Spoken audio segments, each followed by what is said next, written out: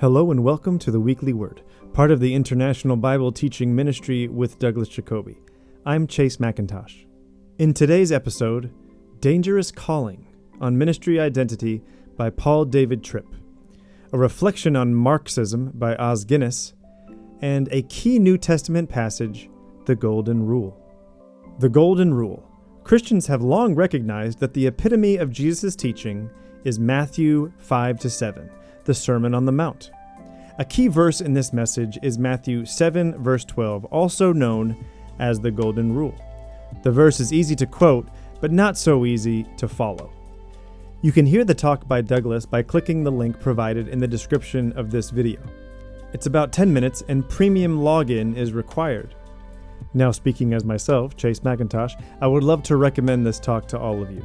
I found it both instructive and inspiring, as Douglas brings in several teachings from other world religions and philosophers and compares them to Jesus' golden rule. Many teachings hold similarities, such as the teaching, do no harm, from Hippocrates, for instance. But there's something special about what Jesus calls us to. I encourage you to listen. Even more quotable Guinness from his book, Renaissance. David Martin expresses his criticism of Marxism with penetrating accuracy. It is a paradox that the system which claimed that the beginning of all criticism was the criticism of religion should have ended up with a form of religion which was the end of criticism. Marxism and the Communist Party in particular could never admit that they were wrong, so they rationalized evil after evil in both the Soviet Union and China, and in other places such as Cambodia, until the spreading cancer of their unacknowledged crimes and lies appalled all but their most die-hard believers. And later, Marxism cannot admit its own failures, and it has no authority higher than itself. It is therefore incapable of self-criticism and renewal. Dangerous Calling, When You Let Ministry Become Your Identity by Paul David Tripp.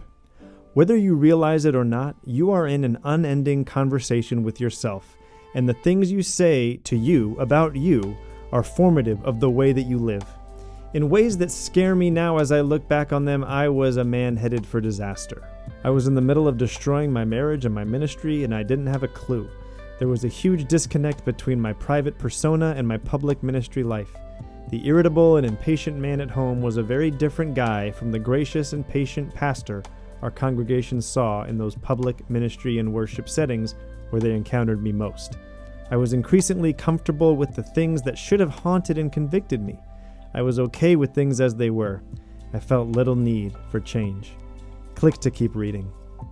That's all for now. Thank you so much for listening. Until next time, God bless.